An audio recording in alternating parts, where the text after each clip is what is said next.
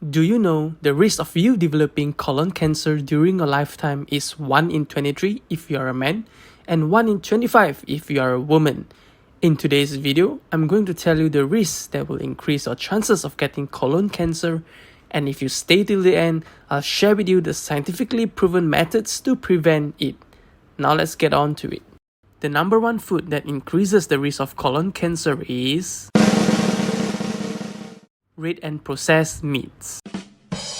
Higher temperature cooking, example barbecuing, pan frying, causes the production of polyaromatic hydrocarbons in the charring process, and this is carcinogenic and increases the risk of cancer. Processed meats, on the other hand, are defined as meat preserved by smoking, curing, salting, or with chemicals to improve shelf life.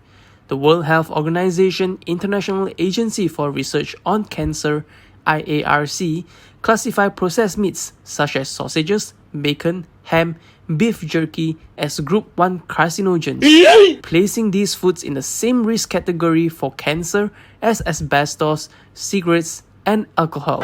Can you imagine that?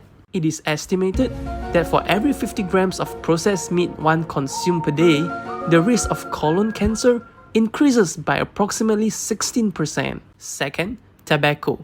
Not only smoking increases one risk of dying from colon cancer, but it is also a risk for developing all types of colon polyps. And these polyps, if persist for long, may transform into cancer. Third, alcohol. Studies have proven consuming alcohol increases the risk of colon cancer. Worse still, it also increases the risk of one developing another type of cancer. The fourth risk is having diabetes. The risk of colon cancer among diabetics was approximately 38% higher than non-diabetics, and for rectal cancer, it was 20% higher. One possible explanation linking diabetes to colon cancer is hyperinsulinemia, because insulin is an important growth factor for colonic mucosal cells and stimulates colonic tumor cells. Next, obesity. The heavier you are, the higher your risk of developing colon cancer. Obesity also appears to increase the likelihood of dying from colon cancer. And if you are suffering from inflammatory bowel disease like ulcerative colitis and Crohn's disease, bad news, your risk of colon cancer is higher. Depending on the severity and control of your disease, the risk may be as high as 30%. And lastly, colon cancer runs in the family. 1 in 4 patients with colon cancer has a family history of colon cancer. There are multiple genetic syndromes. The most common would be familial adenomatous polyposis and Lynch syndrome. Take note, if one has a strong family history of colon cancer, one should adhere to a strict cancer screening program as recommended by your doctor. Now, as promised, here are some ways to protect against colon cancer. The first is fiber. High fiber intake is proven to reduce risk. I've covered about fiber intake in my previous video, so I'll just leave a link in the top right corner if you are interested. Supplements like folic acid, vitamin B6, calcium, vitamin D, and magnesium may have some protective factors.